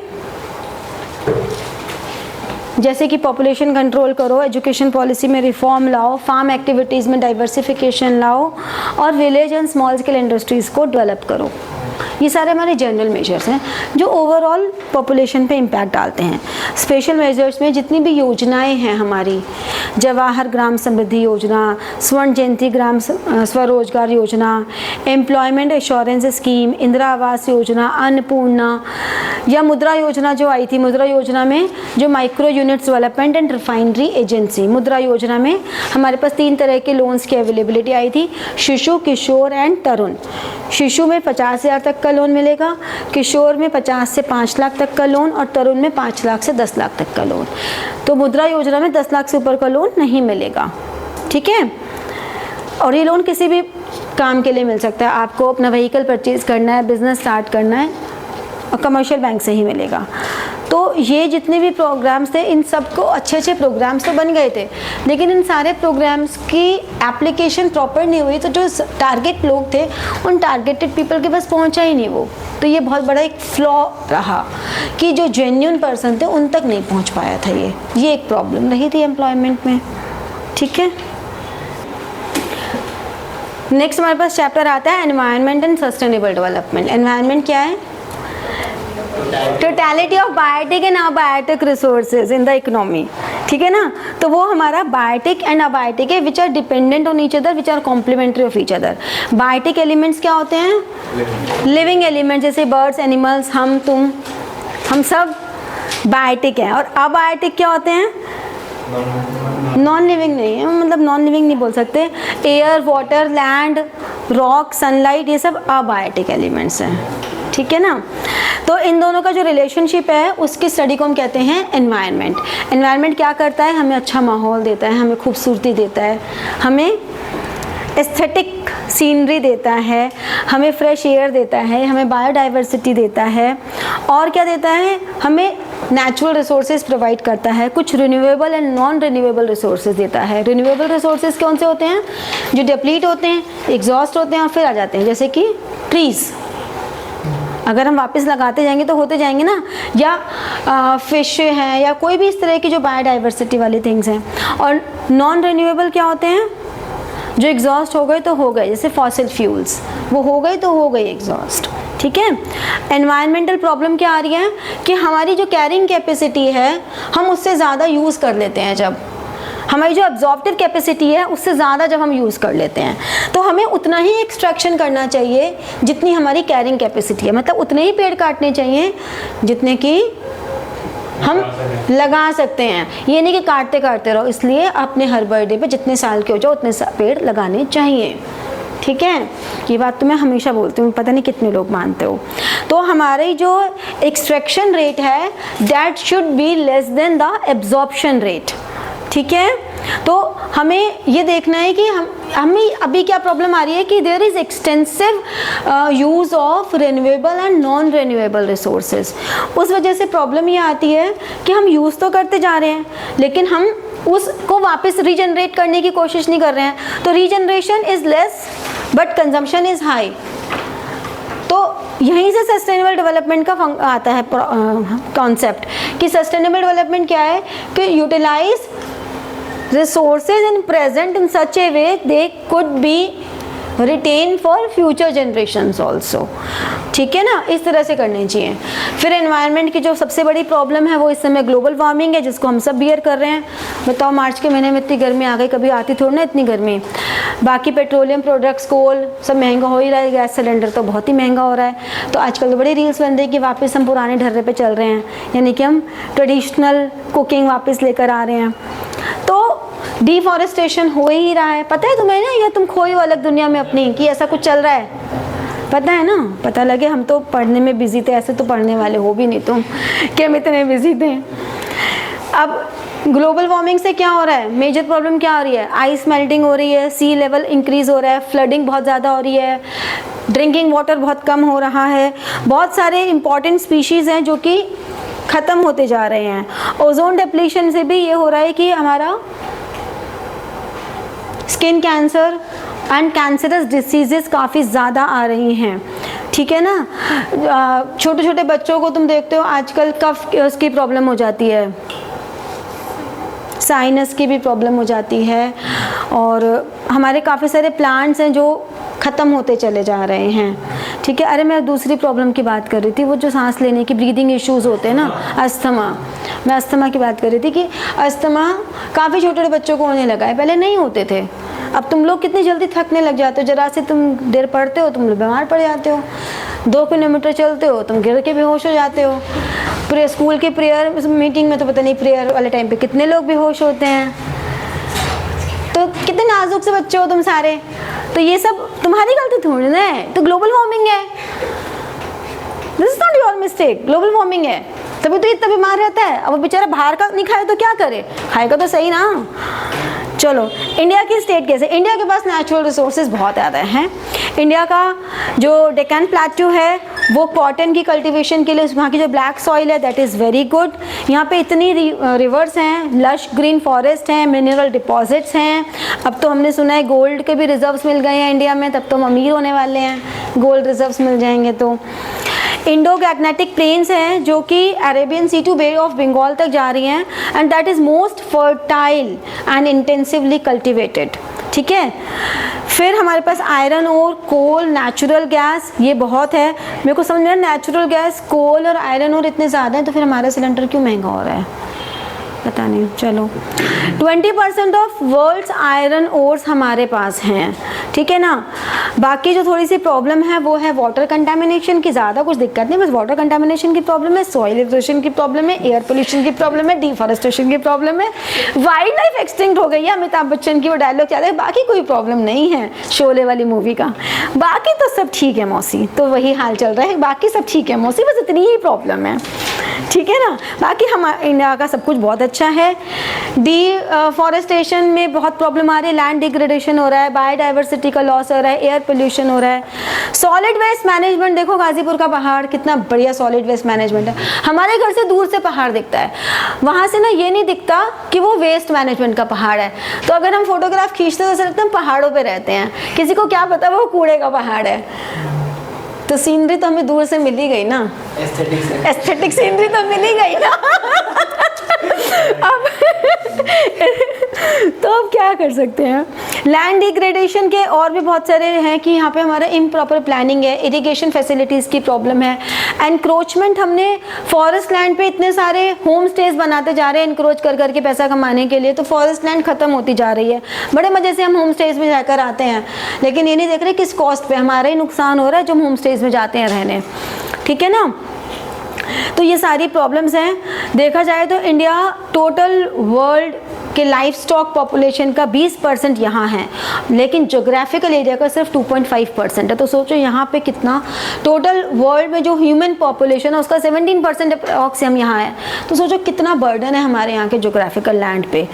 तो इसी से के लिए एक चिपको एपिको मूवमेंट आया था, याद है चिपको एपिको मूवमेंट क्या था? हग करना है, पेड़ों को हग करना है कि हम इसे काटने नहीं देंगे। हिमालयाज़ में आया था। एपिको का मतलब होता है हग करना। तो कर्नाटका में आया था 8 सितंबर 1983 को, सलकानी फॉरेस्ट जो सिरसी डिस्ट्रिक्ट का था। ठीक है, सस्टेनेबल डेवलपमेंट के बारे में तो हमने बात कर ली। इसके लिए कुछ कमीशन भी आए हैं, जैसे कि ब्रटलैंड कमीशन है। ब्रटलैंड कमीशन ने 3 बातें बोली हैं। पहली, कंजर्वेशन ऑफ नेचुरल एसेट्स। दूसरी, प्रिजर्वेशन ऑफ रीजनरेटिव कैपेसिटी। तीसरी, avoiding of imposition of added cost, यानी कि आप फ्यूचर जनरेशन पे एडिड कॉस्ट मत लगाओ। आप इतना यूज़ मत करो कि फ्यूचर जनरेशन वाले उन रिसोर्सेज को यूज़ करने के लिए उन पर पहले बहुत सारी कॉस्ट लगाएं, तब जाके यूज़ कर पाएँ। ठीक है, रोना आ गया, तेरे को दुखी हो गया? हाँ, चिंता मत कर, अभी कुछ नहीं होगा, टाइम लगेगा भाई। बर्थडे पे डबल लगा दियो, जितने साल को उसे डबल पेड़ लगा दियो, कोई बात नहीं, रो मत। तो अब लगा दे, नहीं लगाए तो निकलने से क्या होता है। हरमन डेले भी एक एनवायरनमेंट इकोनॉमिस्ट हुए थे। उन्होंने कहा एक तो अपने पॉपुलेशन को थोड़ा कंट्रोल में कर लो, बच्चे थोड़े कम पैदा करो, ठीक है, तो वैसे ही थोड़ा बोझ कम हो जाएगा धरती पे। फिर और करो तो थोड़े से होनहार बच्चे पैदा करो जो थोड़े केला खा के छिलका फेंक देते हैं, एनवायरनमेंट पॉल्यूशन, पानी वेस्ट करते हैं। होली मत खेलो, थोड़ी कम खेल लो। हाँ, zero civic sense actually. Technological progress थोड़ी इनपुट एफिशिएंट होनी चाहिए कि वेस्टेज ऑफ रिसोर्सेज कम हो। रिन्यूएबल रिसोर्सेज को इतना ही एक्सट्रैक्ट करो जितना कि आप रिन्यू कर सकते हो सस्टेनेबल बेसिस पर। नॉन रिन्यूएबल रिसोर्सेज का rate of depletion should not exceed rate of regeneration and pollution को थोड़ा कंट्रोल करो। तो अगर याद करोगे तो इस तरह से कर लो कि हरमन डेले ने 5 पॉइंट्स दिए थे, ब्रटलैंड ने 3 पॉइंट्स दिए थे। स्ट्रैटेजीज क्या रह गई? एलपीजी गोबर गैस रूरल एरियाज में, जिसकी आजकल बहुत रील्स आ रही है इंस्टाग्राम पे कि हम वापस उसी पर आने वाले हैं। नहीं आ रही इंस्टाग्राम? अरे शॉर्ट्स पे भी आ रही हैं, शॉर्ट्स पे भी बहुत आ रहा है आजकल। पूरा सोशल नेटवर्किंग सब इसी से भरा पड़ा है। सिलेंडर, और हम अब पुराने ज़माने पे आ रहे हैं कि बहुओं से जलवा के दिखाओ चूल्हे। अब जरा वो एक जो ह्यूमन डेवलपमेंट क्या आता है ना, इतना इतना इतना, फिर उसमें एक जना यहाँ पे आके रिवर्स हो गया, चलो भाई वापस चलें। अब ऐसे करके बड़ी सारी बहुत कुछ आ रहा है आजकल। तो सीएनजी अर्बन एरियाज़ में आ गई हैं। अब सीएनजी इतना अर्बन एरियाज़ में आ गई तो ये भी एक नेचुरल गैस है जो हम खुद यहाँ बना रहे हैं, उसके बावजूद भी सीएनजी के रेट बढ़ रहे हैं। विंड पावर है, सोलर पावर है, फोटोवोल्टिक सेल्स के थ्रू, मिनी हाइडल प्लांट्स हैं, बायोपेस्ट कंट्रोल, ये सब हमारी स्ट्रैटेजीज हैं फॉर सस्टेनेबल डेवलपमेंट। कुछ दिमाग की बत्तियां जली, कुछ खुला दिमाग की है, ये कुछ होता था। Thank you so much. Last chapter of ID, comparative development and it's experience with its neighbour countries, है ना। लिखने का कुछ नहीं है, सुनते जाओ कहानी के जैसे बस। देखो, सबसे पहली बात है कि हमारा जो नेबरिंग कंट्रीज़ हैं, ऐसे तो बहुत सारी हैं, लेकिन हम यहाँ पे जो नेबर कंट्रीज़ की बात कर रहे हैं वो कर रहे हैं चाइना एंड पाकिस्तान की। ठीक है, चाइना पाकिस्तान के साथ हमारी जो भी डेवलपमेंटल पाथ रहे उनको कंपैरेटिव स्टडी करना है। तो सबसे पहले उसको समझने के लिए हमें ये समझना ज़रूरी है कि हमारे पूरे वर्ल्ड में ऑल ओवर कुछ ना कुछ इकोनॉमिक ग्रुप्स बने होते हैं, जैसे सार्क कंट्रीज़ होती हैं, ब्रिक्स हो जाती हैं, G20 समिट अभी इंडिया में हुई थी, एशियन कंट्रीज़ हैं। तो ये क्यों बनती हैं, क्या ज़रूरत है रीजनल ग्रुप्स बनने के? रीजनल ग्रुप्स इसलिए बनते हैं सो दैट उनकी ट्रेड बैरियर्स वो हट सकें, वो आपस में एक दूसरे के साथ बार्गेनिंग कर सकें, वो ट्रेड एग्रीमेंट्स कर सकें। ठीक है ना, इस वजह से ये हमारे सारे ग्रुप्स बनते हैं। अब हमने क्यों इंडिया, चाइना, पाकिस्तान का ही कंपैरेटिव स्टडी रखी? क्योंकि ये तीनों का समहाउ सिमिलैरिटीज़ काफ़ी ज़्यादा हैं। कैसे सिमिलैरिटीज़ हैं? ऑलमोस्ट इंडिपेंडेंस भी साथ साथ ही मिली थी। इंडिपेंडेंस के बाद इनके जो प्लान्स बने, 5 ईयर प्लान्स, वो भी साथ साथ ही बने। तो प्रोग्रेस साथ साथ हुई ये बात और है कि अगर हम आज के डेट में देखें तो चाइना ज़्यादा प्रोग्रेसिव है और पाकिस्तान काफ़ी पीछे है, और India is almost in between of these two countries. ठीक है, तो तीनों का ही, इंडिया और पाकिस्तान की इंडिपेंडेंस हुई 1947 में, और China, Republic of China establish हुआ 1949 में। इंडिया लार्जेस्ट डेमोक्रेसी कंट्री है, पाकिस्तान एक ऑथोरिटेरियन मिलिट्री कंट्री है, और चाइना अपने आप को एक कम्युनिस्ट सिंगल पार्टी कंट्री कहती है। ठीक है, तो तीनों का ये डिफरेंस आ जाता है। अब अगर 5 ईयर प्लान्स की बात करें तो इंडिया का जो फर्स्ट 5 ईयर प्लान है that was announced in 1951 to 56 में हुआ था, जबकि पाकिस्तान का जो फर्स्ट प्लान है वो 1956 में स्टार्ट हुआ। एंड पाकिस्तान उसको 5 ईयर प्लान नहीं कहता, पाकिस्तान उसको कहता है मीडियम टर्म प्लान। ठीक है, और चाइना ने अपना फर्स्ट 5 ईयर प्लान अनाउंस किया था 1953 में।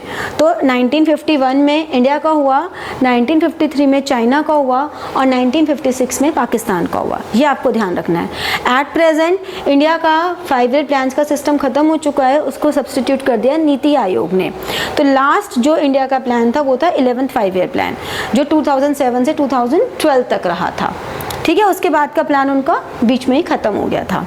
इकोनॉमिक रिफॉर्म्स की अगर हम बात करें तो इंडिया के इकोनॉमिक रिफॉर्म्स 1991 में आए, चाइना के रिफॉर्म्स 1978 में आए, और पाकिस्तान के 1988 में आए।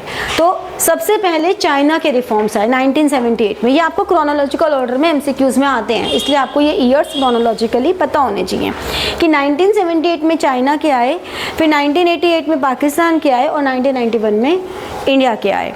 ठीक है, अब तीनों ही कंट्रीज़ का जो फिज़िकल एंडाउमेंट्स है वो ऑलमोस्ट सेम है, मतलब फर्टिलाइज पॉइंट ऑफ व्यू से देखें तो सेम ही है। लेकिन अगर हम पॉपुलेशन की बात करें तो India has the highest population, density of population भी इंडिया में काफ़ी ज़्यादा है, और चाइना का जोग्राफिकल एरिया इतना ज़्यादा है कि वहाँ पे डेंसिटी ऑफ पॉपुलेशन कम है।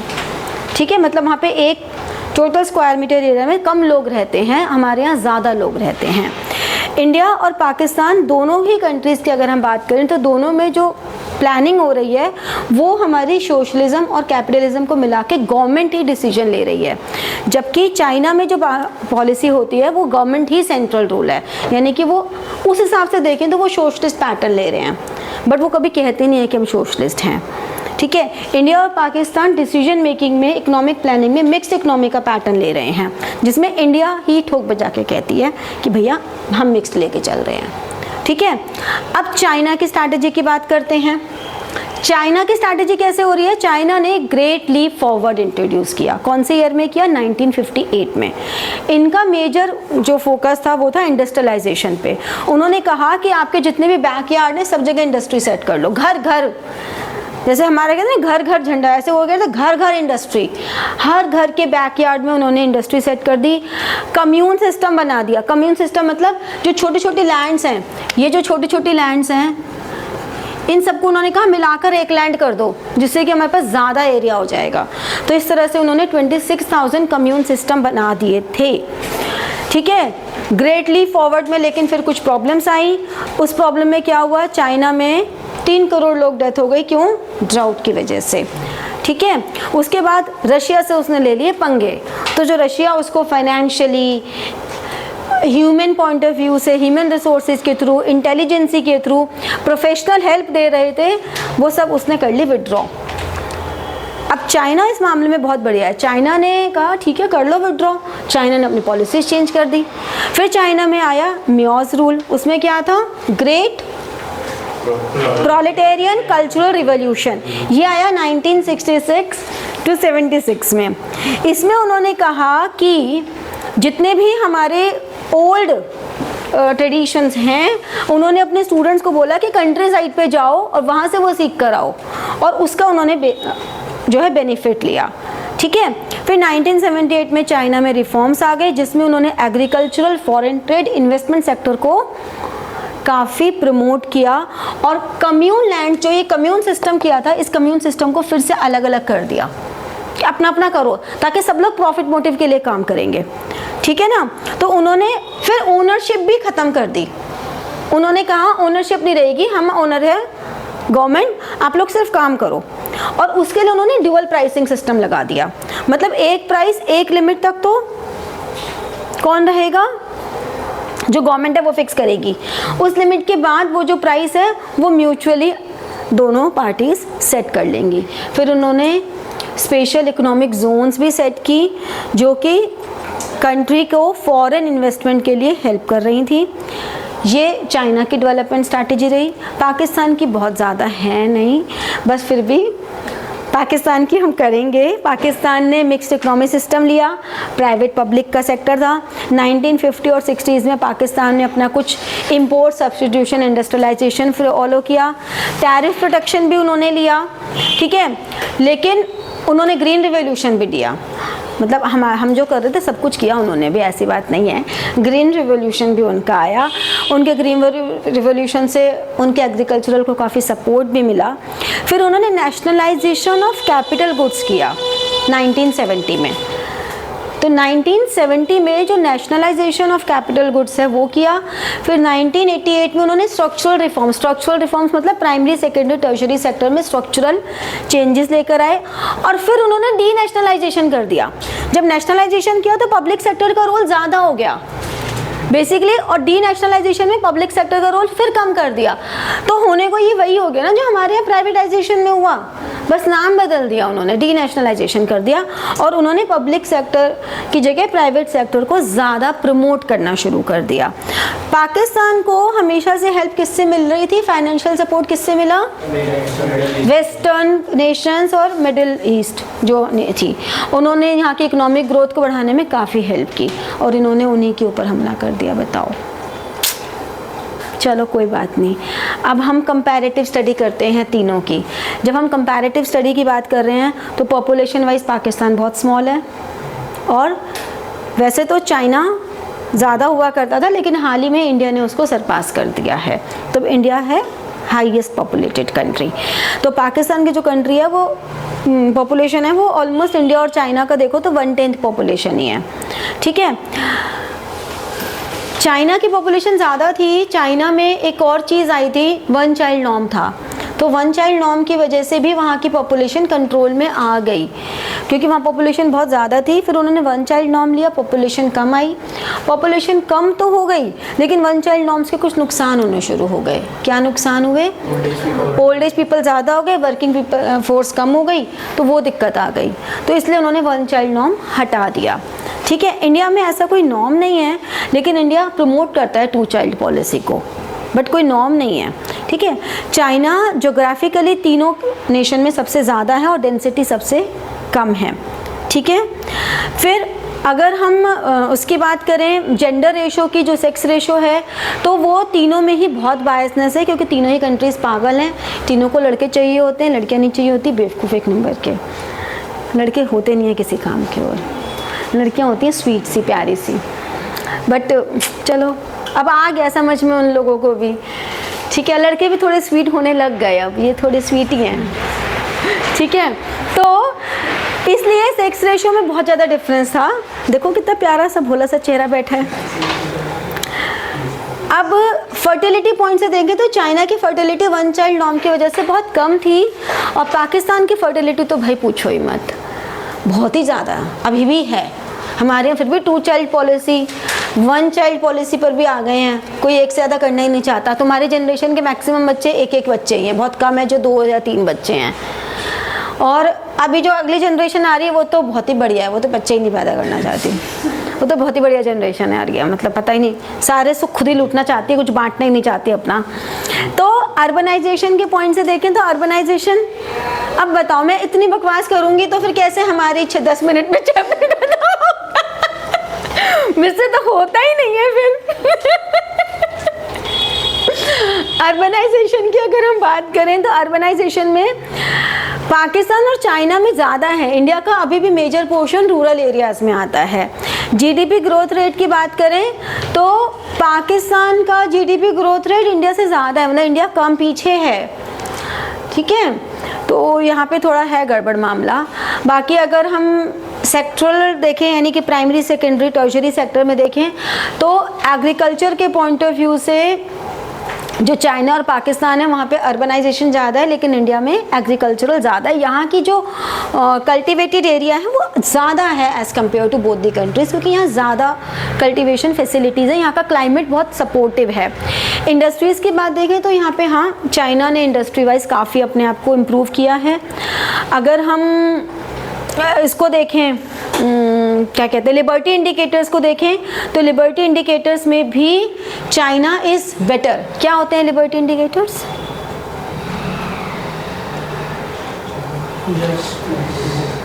लिबर्टी इंडिकेटर्स क्या होते हैं? पर उसमें चाइना तो पीछे हो गया। हाँ कुछ चीज़ों में पीछे है। फ्रीडम ऑफ स्पीच, हाँ, और डेमोक्रेटिक पार्टिसिपेशन। बेसिकली चाइना पीछे हम इसलिए बोलते हैं क्योंकि इंडिया डेमोक्रेटिक कंट्री है लार्जेस्ट, इसलिए हम कहते हैं कि इंडिया के लिबर्टी इंडिकेटर ज़्यादा अच्छे हैं। लेकिन हमारे यहाँ अगर उस पॉइंट से देखो तो हमारे यहाँ फ्रीडम तो है, लेकिन लोग तो आधे से ज़्यादा जनता तो वोट ही देने जाती है, तो यहाँ की वो फ्रीडम इतनी यूटिलाइज तो नहीं हो रही है। चाइना की वन पार्टी क्यों बनी हुई है? क्योंकि लोगों ने ही कोई सेकंड पार्टी कोई पोजीशन में नहीं खड़े होना चाह रहा, तो कुछ ना कहीं वो थोड़े तो बेटर पोजीशन में है ही हमसे, ठीक है। फिर चाइना में जो विमेन हेल्थ है, विमेन हेल्थ कहाँ की सबसे ख़राब है? पाकिस्तान की सबसे ख़राब है। इंडिया हर जगह बीच में ही आ जाता है और चाइना की अच्छी है वहाँ पे, ठीक है। तो ओवरऑल देखा जाए तो अगर हम इसको ओवरऑल समराइज़ करें तो हम ये कह सकते हैं कि चाइना की जो डेवलपमेंट पाथ था that was totally industry based and उन्होंने अपने पाथ को बहुत सिस्टमेटिकली आगे लेकर गए। Pakistan always depend on other countries, तो पाकिस्तान जो है उसका डेवलपमेंटल पाथ बहुत अच्छा नहीं रहा। बीच बीच में एक आध बार उसका आया अच्छा, लेकिन नहीं अच्छा रहा। एंड इंडिया का अगर देखा जाए तो India is moderate in between of China and Pakistan, क्योंकि इंडिया में डाइवर्सिटी बहुत ज़्यादा है, लैंग्वेज, कल्चर, फूड, हर चीज़ में, और इंडिया का रूरल एरिया बहुत ज़्यादा है, तो इंडिया के पास ज़्यादा चैलेंजेस हमेशा रहे हैं। इसलिए एक प्रॉब्लम रही है कि इंडिया हर चीज़ को उतना डेवलप नहीं कर पाया चाइना के जैसे, ठीक है। तो ये हम कह सकते हैं। तो कभी भी अपने एग्ज़ाम में इंडिया के अगेंस्ट कुछ नहीं लिखोगे, ये समझ लो, किसी भी चैप्टर में। इवन जब चैप्टर 1 करोगे तब भी नहीं। ब्रिटिशर्स ने पॉजिटिव कंट्रीब्यूशन दिया, अपने फ़ायदे के लिए दिया। कभी मत लिखना कि इंडिया ये ऐसा है, इंडिया वैसा है, क्योंकि अगर उन्हें ये सब पढ़ाना होता तो फिर वो पॉवर्टी और इंफ्रास्ट्रक्चर वाला चैप्टर रिमूव नहीं करते तुम्हारे सिलेबस से। वो नहीं चाहते कि हमारे बच्चे हमारी कमियां पढ़ें, पता है तुम्हें, फिर भी लिखना मत, ठीक है।